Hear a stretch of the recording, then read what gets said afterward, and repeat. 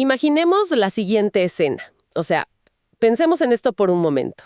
Compramos boletos para el estreno de la película más anticipada de toda la década. Claro, esa producción épica que todo mundo lleva esperando meses, ¿no? Exacto, esa misma. Entramos a la sala, las luces se apagan, el murmullo de la gente se silencia por completo, y en lugar de arrancar con, no sé, una escena de acción explosiva o un drama visualmente deslumbrante, la pantalla en negro empieza a mostrar los créditos finales. Uy, no. Yo creo que la inmensa mayoría de las personas se levantaría de sus butacas en ese mismo segundo. Totalmente. Saldrían caminando hacia el pasillo y exigirían un reembolso inmediato en la taquilla, asumiendo que el proyector se rompió o que hubo un error catastrófico de edición. Sí. Es que nadie paga una entrada para ver un directorio telefónico antes de que empiece la trama, ¿verdad? Para nada. Pero, y aquí viene lo interesante, esa es de manera casi literal la experiencia que vive cualquier persona al leer el primerísimo capítulo del Evangelio de Mateo. Es verdad, es un choque total con las expectativas. O sea, no arranca con milagros espectaculares que rompan las leyes de la física. No hay sermones inspiradores impartidos desde una montaña pintoresca, ni siquiera encontramos esa clásica escena dramática en un pesebre rodeado de animales. No, el texto arranca con una lista. Exacto, una lista.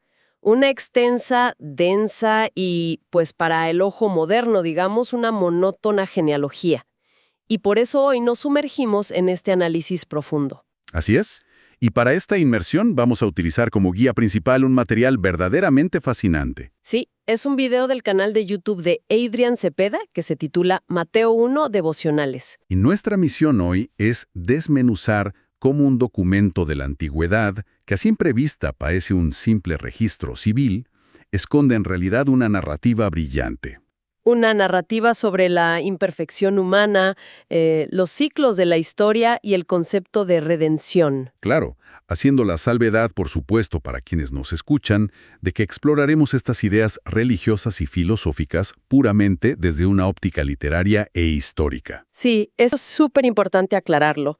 Queremos entender la arquitectura narrativa de este texto sin asumir, digamos, ninguna postura doctrinal o religiosa particular. Exactamente. Y para entender la arquitectura de esa lista de nombres, hay que mirar directamente a la antigua oficina de su autor. A ver, cuéntanos un poco de eso, porque Mateo no era un escritor de ficción. No, para nada. Mateo históricamente y antes de convertirse en apóstol, trabajaba como cobrador de impuestos. Wow, ok. Un burócrata. Totalmente. Su mente operaba en una frecuencia muy distinta a la de un poeta o, no sé, un soñador. Estaba estructurada alrededor de registros meticulosos. Me imagino que de balances contables y todo eso, ¿no? Exacto. Balances, la verificación de identidades para el cobro de deudas y de linajes legales que determinaban quién le pagaba qué al Imperio Romano. Claro, o sea, alguien con ese perfil burocrático no empieza un relato monumental intentando manipular las emociones del lector. No, empieza construyendo un caso legal inquebrantable. Alguien acostumbrado a los números y las leyes necesita un precedente. Pues bien, vamos a desempacar esto, porque la fuente que estamos analizando destaca que el mismísimo versículo 1 funciona como un mazo golpeando el escritorio de un juez. Es una entrada muy fuerte. Sí, porque establece el linaje de inmediato diciendo, hijo de David, hijo de Abraham. Ahora, pensando en el mundo corporativo moderno, si un candidato se presenta a una entrevista para ser el director general de una multinacional y su currículum me empieza detallando quiénes fueron sus tatarabuelos, Sería una estrategia desastrosa. una locura. Lo normal sería pensar que sus propios méritos deberían hablar por sí solos. O sea, yo me pregunto si Mateo sentía que la historia de su protagonista no era lo suficientemente fuerte por sí misma. Claro, como si lo obligara a buscar legitimidad en un pasado súper remoto. Exacto. Parece el equivalente moderno a decir, créanme, no somos una startup improvisada. Tenemos siglos de respaldo corporativo. Pues esa necesidad de respaldo histórico tiene todo el sentido cuando consideramos la situación geopolítica de los primeros lectores de este texto. A ver, ponnos en contexto un poco. Mira, el pueblo judío en el siglo I era una nación ocupada. Estaban literalmente aplastados bajo la bota militar y económica del Imperio Romano. No estaban para cuentos de hadas. Para nada. No estaban buscando un líder carismático que surgiera de la nada con ideas novedosas. O sea, estaban buscando la culminación de un contrato milenario. Y ahí es donde entran Abraham y David. Exactamente. Abraham representa en esa cultura antigua la promesa fundamental de que de ellos surgiría una bendición capaz de alcanzar a todas las naciones de la tierra. Ok, una promesa global, digamos. Sí. Y David, por otro lado, simboliza la promesa de un rey eterno. Representa una época dorada de soberanía que supuestamente no tendría fin. O sea que eran las dos grandes columnas vertebrales de la esperanza nacional de esa época. Sin esos dos nombres en el registro, cualquier persona que pretendiera ser un líder mesiánico sería catalogada como un fraude de forma inmediata. Interesante. Y según expone Adrián Cepeda en el video analizado, Jesús es presentado en este texto introductorio como el cumplimiento casi matemático y legal de ambas promesas. Sí, Mateo está demostrando documentalmente que, desde la perspectiva narrativa de su evangelio, la divinidad lleva decenas de generaciones orquestando eventos a través de la historia humana. O sea, la genealogía funciona para probar que este nacimiento no es un evento espontáneo. Exacto. Es el clímax meticulosamente preparado de una historia que llevaba milenios gestándose. Pero aquí es donde el currículum corporativo de Mateo parece sufrir un cortocircuito incomprensible. ¿En qué sentido? Pues aquí es donde se pone realmente interesante la cosa. Porque si su objetivo supremo era construir una campaña de relaciones públicas impecable para presentar al rey legítimo de este linaje ancestral, la ejecución parece un verdadero desastre. Ah, ya veo por dónde vas. Los nombres de la lista. Exacto. Al revisar los nombres específicos que detalla el video, la lista rompe con cualquier estándar de pureza que uno esperaría de un texto sagrado. Sí, rompe el molde por completo. O sea, si un político de nuestra época estuviera a punto de lanzar su candidatura presidencial y decidiera publicar su árbol genealógico, yo estoy segura de que contrataría un batallón de expertos en manejo de crisis. Para borrar con láser a todas las ovejas negras de la familia. ¡Claro! Filtraría cualquier escándalo. Pero este texto antiguo hace exactamente lo contrario. Exhibe los peores momentos. Y lo hace con una intención que desafía todas las convenciones literarias de su época. Totalmente. O sea, los registros genealógicos del mundo antiguo estaban diseñados para exaltar la pureza de la sangre y la nobleza intachable de los ancestros. Era puro marketing de la antigüedad. Exacto. Sin embargo, este registro incluye a figuras cuyo pasado era ampliamente conocido por ser, como mínimo, sumamente conflictivo. Tomemos el caso de Rahab, por ejemplo, que es uno de los casos principales que resalta la fuente. Mateo no la menciona así como de pasada o bajo un seudónimo, la expone claramente. Y la historia tradicional recuerda a Rahab no como una heroína inmaculada de la aristocracia. Para nada, era una mujer que ejerció la prostitución. Y, o sea, peor aún para el contexto de la época, residía en Jericó. Que era una ciudad que representaba a los enemigos históricos de los israelitas. Exacto. Era una extranjera y colaboradora en un territorio hostil. Incluirla en el linaje oficial del supuesto salvador del mundo parece el equivalente hoy en día a, no sé, presumir de un escándalo internacional en la primera página del periódico. Es que la inclusión de Rahab genera una fractura en la idea misma de que la nobleza espiritual se hereda a través de un linaje de sangre pura. Muestra a una mujer marginal en el centro de todo. Sí. Desde la perspectiva de la sociedad israelita de entonces, ella estaba al margen, pero aquí toma un rol crucial en la línea de descendencia. Y luego el registro introduce otro nombre que sin duda habría encendido todas las alarmas de los tradicionalistas de la época. Ruth. Exactamente, Ruth. Ruth la Moabita. Y aquí creo que hay que hacer una pausa para que la audiencia entienda el peso de ese adjetivo. Sí, es fundamental entender el contexto de Moab. Porque los moabitas no eran simplemente unos vecinos del otro lado de la frontera con los que había algún roce comercial menor. No. No, para nada. Había una historia muy densa ahí. Según los textos antiguos de esa misma cultura, el origen de la nación de Moab provenía de un relato bastante oscuro en el libro de Génesis.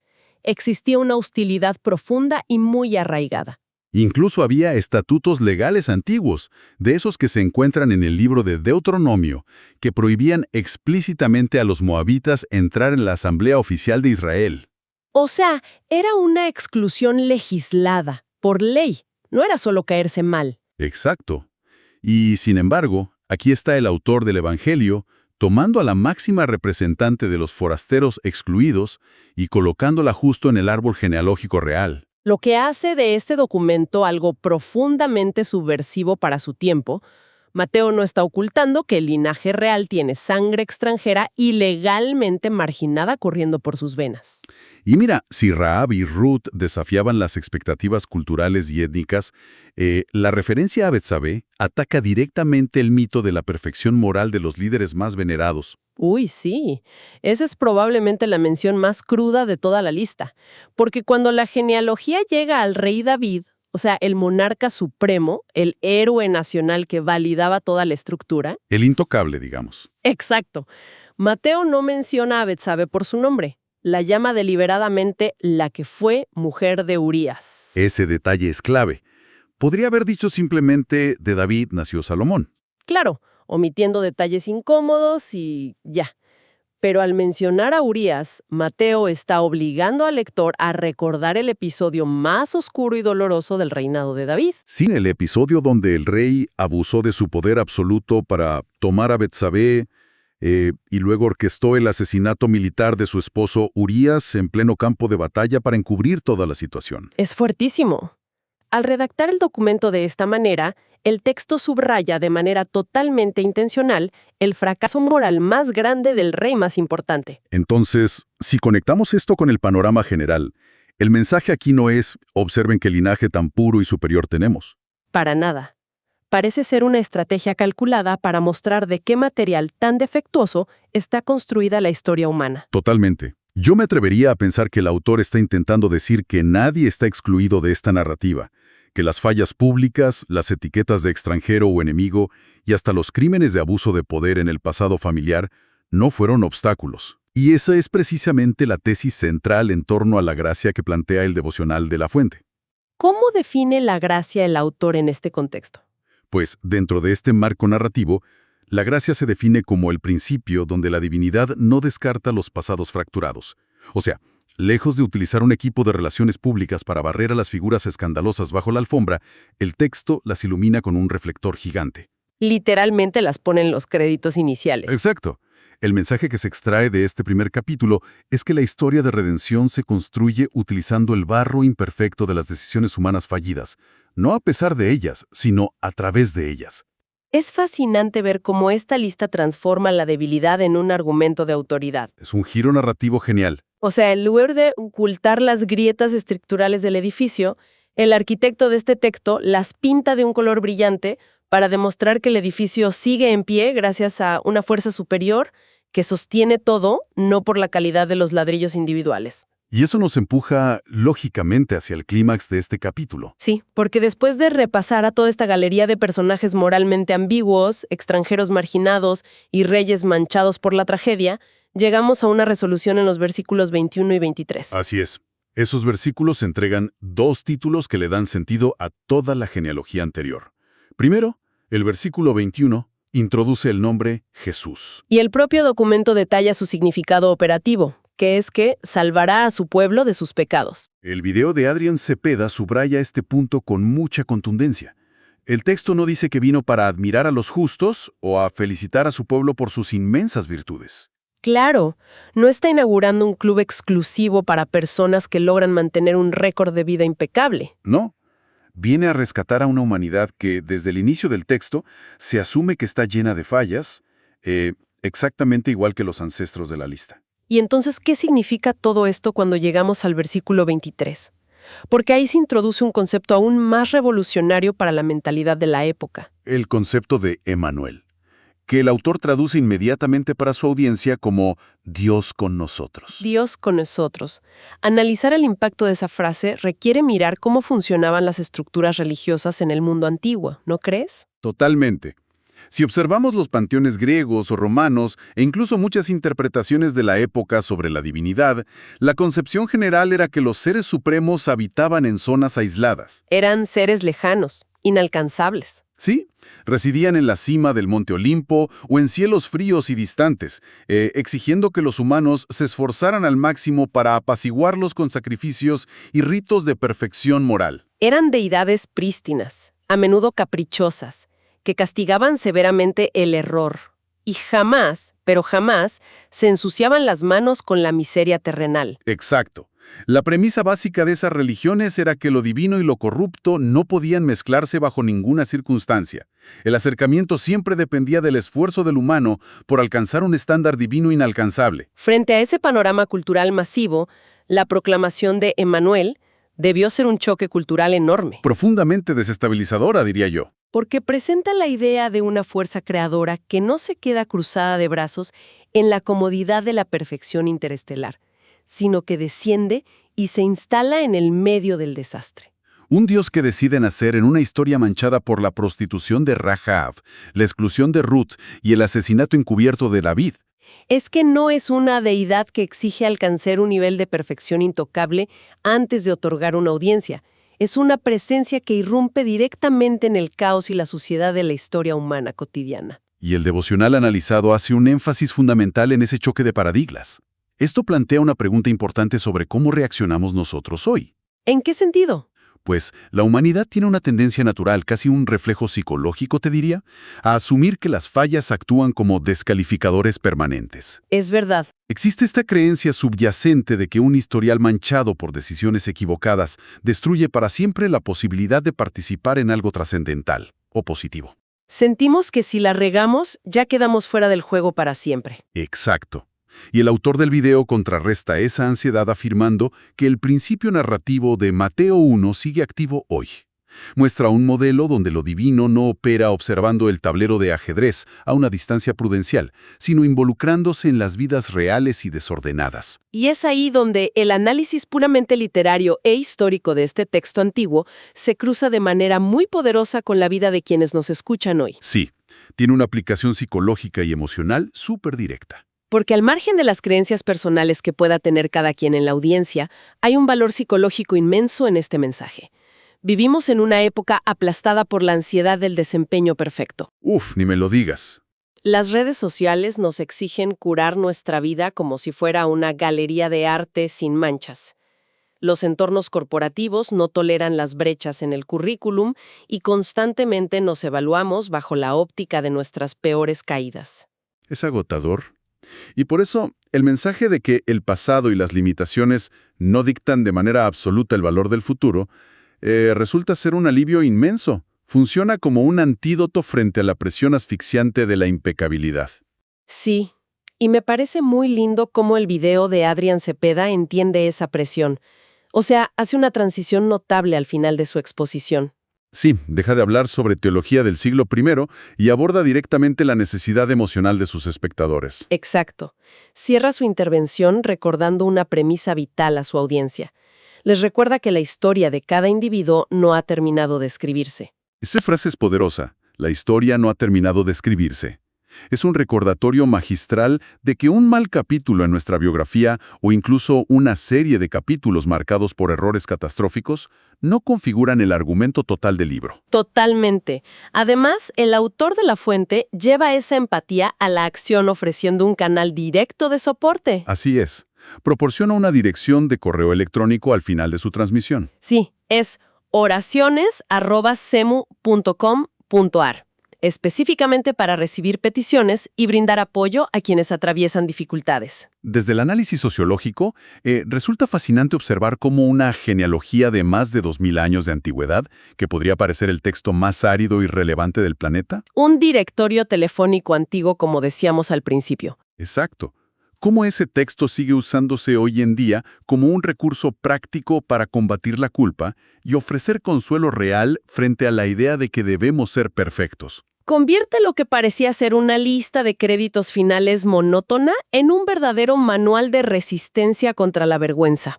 Y yo creo que eso justifica plenamente el esfuerzo de desmenuzar las fuentes en esta inmersión. Nos permite descubrir esa ingeniería oculta que hace que un documento antiguo siga respirando y operando en el mundo moderno. Definitivamente.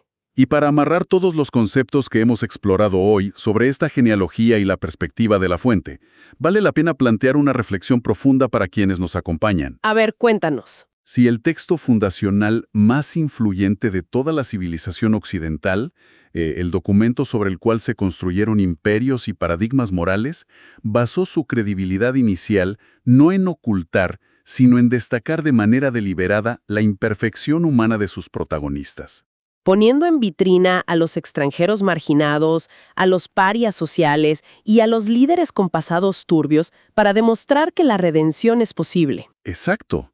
Si todo ese despliegue de vulnerabilidad y fallas fue el cimiento considerado necesario para establecer esta narrativa tan poderosa, la pregunta es, ¿por qué en la sociedad moderna y en la cultura actual exigimos un historial de vida completamente impecable y sin errores a quienes buscan liderar, inspirar o crear un impacto? Es una confrontación directa contra la cultura actual, ¿no? Nos pasamos la vida exigiendo que nuestras figuras públicas y hasta nuestros amigos sean estatuas pulidas, sin un solo rasguño. Escudriñando su pasado en busca del menor error para descalificarlos en redes sociales. Sí, pero al repasar este texto, surge la sospecha de que quizá nos estamos privando de presenciar historias de redención reales y profundas. Y todo por nuestra obsesión con mantener una imagen pública de perfección que, siendo honestos, es completamente superficial. Fabricada, digamos. Exacto. Si esta historia antigua se construyó utilizando ladrillos rotos y personas que fracasaron estrepitosamente en algún punto de sus vidas, quizá deberíamos reconsiderar cómo evaluamos nuestro propio valor y el de quienes nos rodean. Es una manera extraordinaria de transformar esa lectura aburrida de nombres en un espejo que refleja nuestras peores inseguridades y nos ofrece una salida. Totalmente de acuerdo.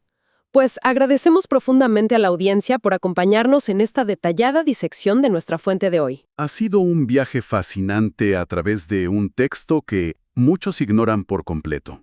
La invitación permanente es a no conformarse jamás con la superficie de los textos, a cuestionar las primeras impresiones y a seguir aprendiendo con mucha curiosidad. Y en sintonía con la petición del creador del contenido original, que nos sirvió de base, no olviden suscribirse, dejar un like si este análisis profundo ha sido de valor y compartir en los comentarios cómo estas ideas resuenan en sus propias vidas. Sigan buscando esos significados revolucionarios escondidos detrás de las listas que el mundo suele ignorar. Nos escuchamos en la próxima inmersión.